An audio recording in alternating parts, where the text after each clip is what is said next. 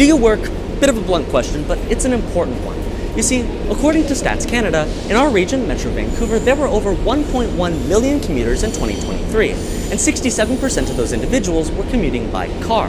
Now, if your experience commuting is like any of these folks, chances are it looks something like this. This sucks. Well, folks, I'm pleased to tell you there is a better way. Come on, let me show you.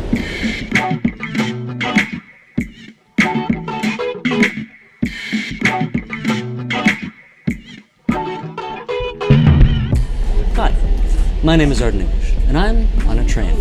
I love it here. But I'm not on just any train. No, I'm on Vancouver's only commuter rail line, the West Coast Express.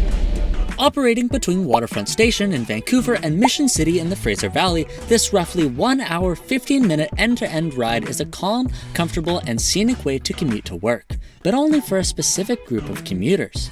The West Coast Express has a problem. It sucks. Okay, well, it sucks for anyone who isn't commuting between Mission and Waterfront via the Tri-Cities, going into Vancouver in the morning and back out to Mission in the evening on weekdays, because that's the only time it ever runs. Not everywhere is like this, though. Take the Greater Toronto Area, for example. Their regional rail provider, GO Transit, operates a variety of different lines across the region, as well as a thorough regional bus network. Visually, GO Transit looks very similar to the West Coast Express. I mean, they do operate the same rolling stock after all, but operationally, they are significantly different. They have 7 rail lines plus an airport express train. The majority of their lines operate two-way service throughout the day and aim for at least an hourly service frequency, although some lines operate at 30, even 15-minute frequencies. Geez, 15-minute bidirectional service would have made planning this video a whole lot simpler.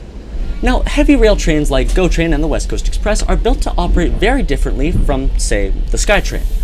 For starters, the trains can run much faster. Most metro systems cap out at around 80 to 90 kilometers per hour, so when traveling vast distances, it can be tough to compete with highway speed traffic. Heavy rail trains, however, usually max out at around 160 kilometers an hour and have a wider stop spacing, meaning they have less stations and will stop more or less in the population centers, letting local transit take care of the rest. But what's the point of a service like this when you can't take it for most of the day? That's a good point. The lifestyle the West Coast Express serves isn't quite as popular as it was before the pandemic. Either way, it still has its niche, but there are certainly ways we can make it better. The number one improvement that just about anyone would ask for with the West Coast Express would be two-way service. The ability to go out to Mission in the morning or into Vancouver in the evening, maybe even on weekends.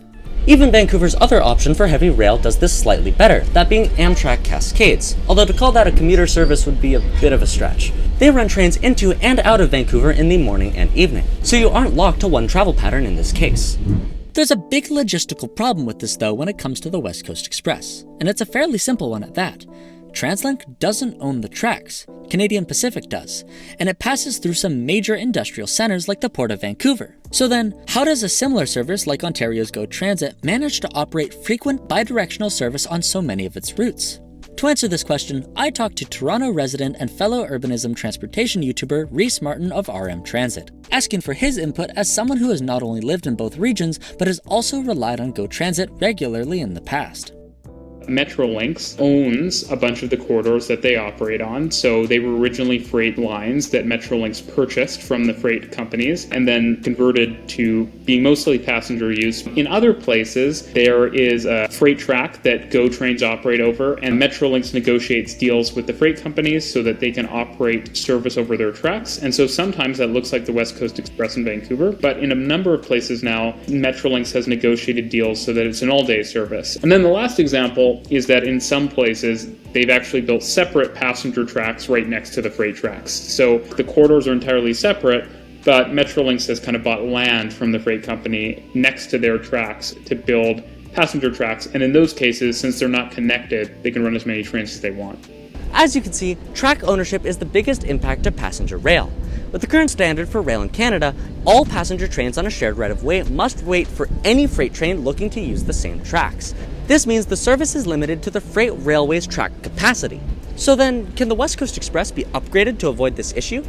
So I think the current West Coast Express line is very much upgradable. I think that's possible. There's often talk of, there's no space, etc. And, the reality is that train tracks don't take up that much space. And so even in places where, like, for example, north of SFU, where the tracks are kind of running around the hillside, you can build retaining walls and stuff, and you can build tunnels. All of that stuff is possible, and I think it's actually very doable. But the question kind of is, is it worth the cost, right? So a lot of the route of the West Coast Express is not heavily populated. So that's something you have to consider. If you're going to spend a lot of money, you really have to spend a lot. And so I think that the issue with West Coast Express is you kind of have to really go big if you want to see the real results. Go big, huh? Well, what might people have in mind when it comes to passenger rail in BC? Welcome to Mountain Valley Express, a local non-profit organization with the mission to bring world-class regional rail to BC. They have a plan for a thorough network of regional rail lines that move up and across the Lower Mainland, connecting some cities better than ever before, and some for the first time. To tell you more, here's Lee Haber, the Director of Strategy and Partnerships at Mountain Valley Express. He has a background in civil engineering and is one of the 4 board of directors on the MVX team. So part of our vision, and it's a 350-kilometer regional rail vision with corridors that extend into the Fraser Valley, up the Sea to Sky, down to Tsawwassen, also allowing for high-speed rail to the U.S. One of our corridors serves the North Fraser, extending all the way to Mission.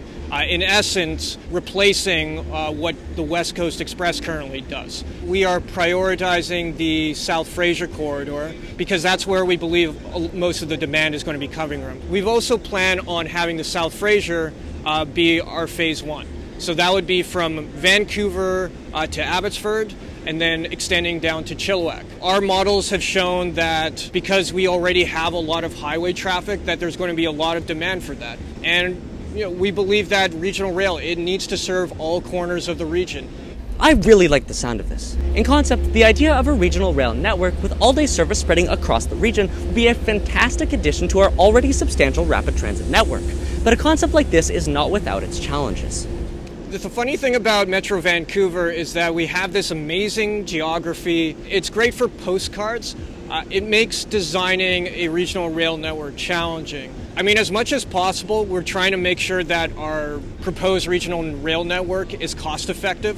For instance, we have our trunk section basically running parallel to the existing BNSF CN tracks that basically span most of the length of the Burrard Peninsula. That said, if we want to hit major destinations like Surrey Central, Lougheed Town Centre, Waterfront Station, we need to build tunnels. We need to build that expensive infrastructure. That said, we can also be smart about how we do that. Let's try to not just use it for regional rail, let's also use it perhaps to facilitate future high-speed rail.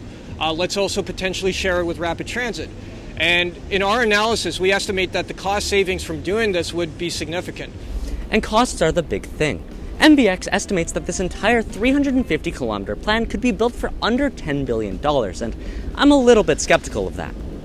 We live in a time where transit and infrastructure projects in North America are ballooning to absurd costs. The fact that in 2009, the Canada Line, a brand new 19.2-kilometer automated light metro, was built for, when adjusted for inflation, roughly the same price as the 5.7-kilometer extension of the Millennium Line is absurd. At the same time, we just saw the cost of Surrey-Langley SkyTrain rise by $2 billion, and all of that isn't even touching the other transit projects across the country. So I can't help but be a little bit skeptical when hearing this massive plan could be built for the same price as Broadway Subway and Surrey-Langley SkyTrain combined, especially when this project would include extensive tunneling, 7 water crossings, elevated guideways, and not to mention a brand new kind of service to the region that would require its own maintenance facilities and supporting infrastructure. But I don't want to harp on this project too much. MVX has mentioned that they have explored a variety of cost-cutting measures in their methods of construction, funding models, and operations that would all differ from conventional government-funded infrastructure projects. I think it all seems a lot more daunting when you see every line at once. But when you take, say, the South Fraser corridor by itself, it doesn't seem like too outrageous of a project. This South of Fraser regional rail idea isn't anything new either. One proposal that still has some persistent support is to repurpose the old BCER interurban tramline that ran between New Westminster and Chilliwack back in the early 1900s. Now, I'd like to just say that this is a really bad idea. While, yes, a rail service between Surrey, Langley, Abbotsford, and Chilliwack is something that should happen, this is absolutely not the way to do it. Let me quickly explain. First off, this is a freight rail corridor that is used. It isn't used often, but it is still used, so there's that. But far more importantly is the fact that this corridor is completely useless. Let me put this into perspective. When this corridor was used for passenger service, Highway 1 didn't exist, North Surrey was not the population center, and there was a massive lake in the way. Not to mention, this tram was the only reliable way to get from the valley to the big city at the time, meaning this single line was responsible for connecting as many communities as possible all at once. The result of this is a rail line that takes quite possibly the least direct route humanly possible to get from Surrey to Chilliwack, going from Langley City to the Fraser River, then to the US border, and around a now non-existent lake. Convenient, huh? Compare the historic BCER line proposed here to the existing highway route that everyone currently takes. Who's gonna consider taking the train? The reality of it is, when trying to offer a brand new transportation alternative, you're going to be competing with the status quo. And in this case, the status quo is highway driving at speeds of 100 kilometers an hour. So a line that doesn't take the most direct route is not going to be able to compete, and as such, will not see substantial ridership. There's a similar proposal to bring back passenger rail on Vancouver Island as well, but I'll save that topic for a future video. Okay, side tangent done. Let's get back to MVX. We've established that trains are pretty cool. I think we can all agree on that. But we've also established that they can be quite expensive. So with that in mind, would it be worth having this just be a really good bus network in the meantime? Definitely. I think that it would be kind of foolish to ever build services where there isn't a kind of established demand, and so buses are a good way of kind of establishing that the demand is there. Ultimately, if the plan is to build electric heavy rail, I hate to say it, but it's going to take a lot of time and it's going to be complicated. Much bigger regions than Metro Vancouver are struggling to do that. And while I think Metro Vancouver is uniquely good at building transit and stuff in North America, if San Francisco and Toronto are struggling, it's probably not going to be easy for Metro Vancouver to do these things. And so I think that looking for alternative solutions that might be easier and also, doing what we already know how to do, which is run buses, but on an expanded scale, that probably makes a lot of sense. If we're comparing this whole thing to GO Transit, then it's worth remembering that GO doesn't just operate rail service, but also an extremely comprehensive regional bus network comprised of coaches and double-decker buses. To me, that seems like the reasonable first step for a system like this. And the nice thing is, just about all of these routes are express buses already.